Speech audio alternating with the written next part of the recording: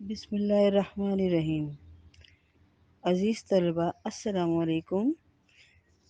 हमने पिछली वीडियो में आपको दो अशार की तशरीह बताई थी हम्द की, जो कि गुलज़ार उर्दू की सेकेंड ईयर की बुक में से ली गई थी।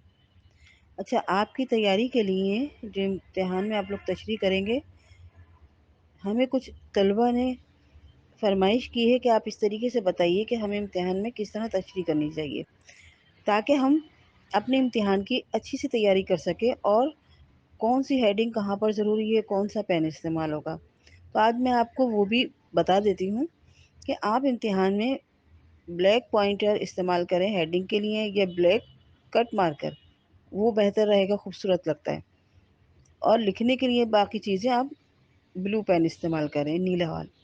ठीक है। अच्छा, अब रही उसमें आप तशरीह का इब्तिदा कैसे करेंगे शेर की। तो सबसे पहले आप शेर लिखेंगी, फिर आप उसके बाद हवाला देंगी कि ये शेर कहाँ से लिया गया है, इसके शायर कौन है। हवाला लिखने के बाद ये कम से कम 2 लाइनों का होगा।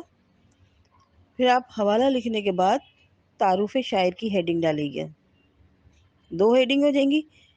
उस तारुफ शायर में आप शायर के बारे में लिखिएगा कम से कम 2 लाइनें, 3 लाइनें, और ज़्यादा हो सके तो अच्छा ही है, मगर 3 लाइनें तो कम से कम होनी ही चाहिए। अच्छा, तारुफ शायर में क्या आएगा। मैं अक्सर जब भी शेर की तशरीह बताती हूँ, मैं शायर के बारे में बताती हूँ। जैसे कि अल्ताफ़ हुसैन हाली के बारे में मैंने बताया था कि इनकी शायरी सादगी पर होती है, मकसद के तहत होती है, और इनकी शायरी में सच्चाई होती है, हक़ीक़ी शायरी से करीब तर होती है ये। अज़ीज़ तलबा, उम्मीद है कि आपकी बात समझ में आ गई होगी और किस तरीके से तशरीह करना है ये आपकी समझ में बात आ गई होगी। और अगर आपके जहन में कोई भी उलझन हो तो आप कमेंट्स में मुझसे पूछ सकती हैं, ताकि हम आपके लिए और बेहतरी कर सकें। अच्छा, अब इस हमद के हम तीसरे शेर की तशरीह करते हैं। महरम भी है ऐसा ही जैसा कि है ना महरम, कुछ कह न सका जिस पर यह भेद खुला तेरा। यहाँ पर सबसे पहले हम हवाला लिखेंगे। ये शेर हमारी 12वीं जमात की किताब गुलज़ार उर्दू से लिया गया है।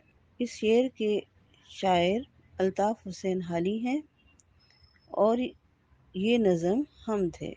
तारुफ शायर। मौलाना अल्ताफ़ हुसैन हाली 1837 पानीपत में पैदा हुए और उनकी वफ़ात 1914 में हुई। उनको शम्सुल उलमा का खिताब मिला। मौलाना अल्ताफ़ हुसैन की शायरी एक बामक़सद शायरी है, इश्क़ हक़ीक़ी से करीब तर है।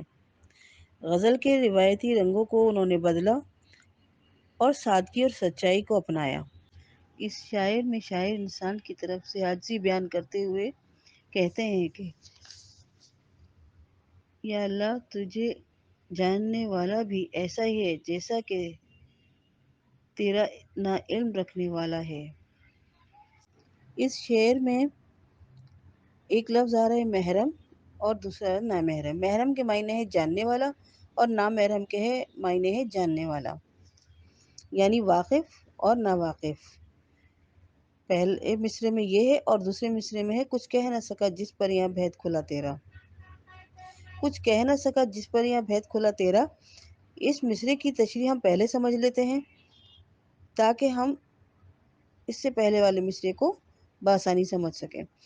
कुछ कह न सका जिस पर यहाँ भेद खुला तेरा, यानी इंसान की अकल इतनी कम है कि अगर उस पर अल्लाह ताला के जलवे आश्कार भी हो जाएं, उसके बारे में वो समझ नहीं पाएगा।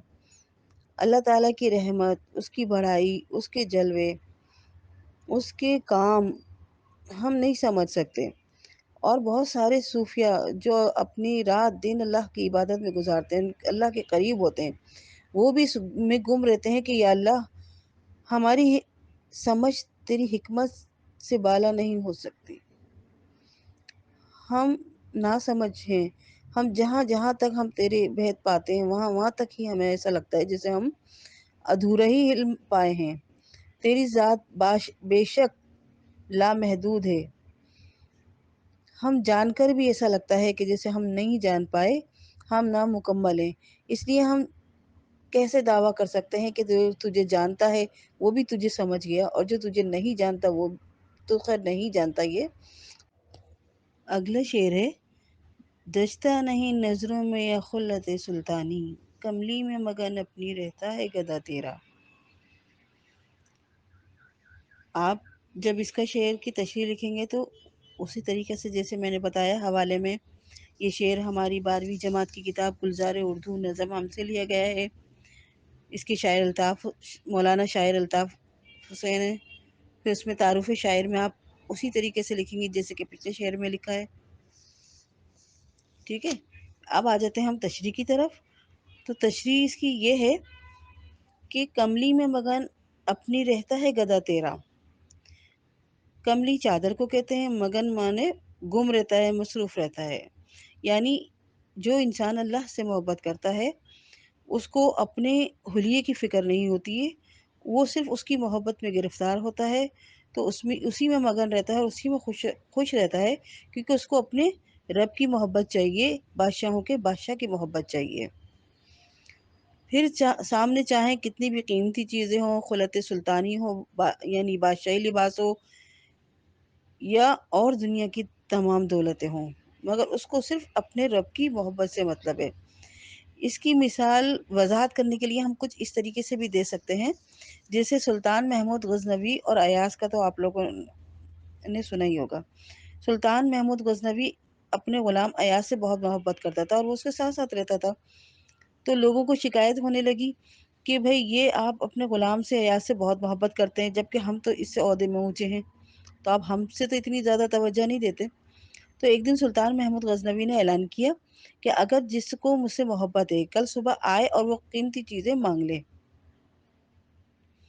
تو وہ لوگ آئے، کسی نے کچھ مانگا، ہیرے مانگے، کسی نے دولت مانگی، کسی نے جائیداد مانگی، اس طرح کی چیزیں، مگر جب ایاز آیا تو اس نے آ کے صرف سلطان محمود غزنوی کے اوپر ہاتھ رکھ دیا، یعنی مجھے بادشاہ چاہیے۔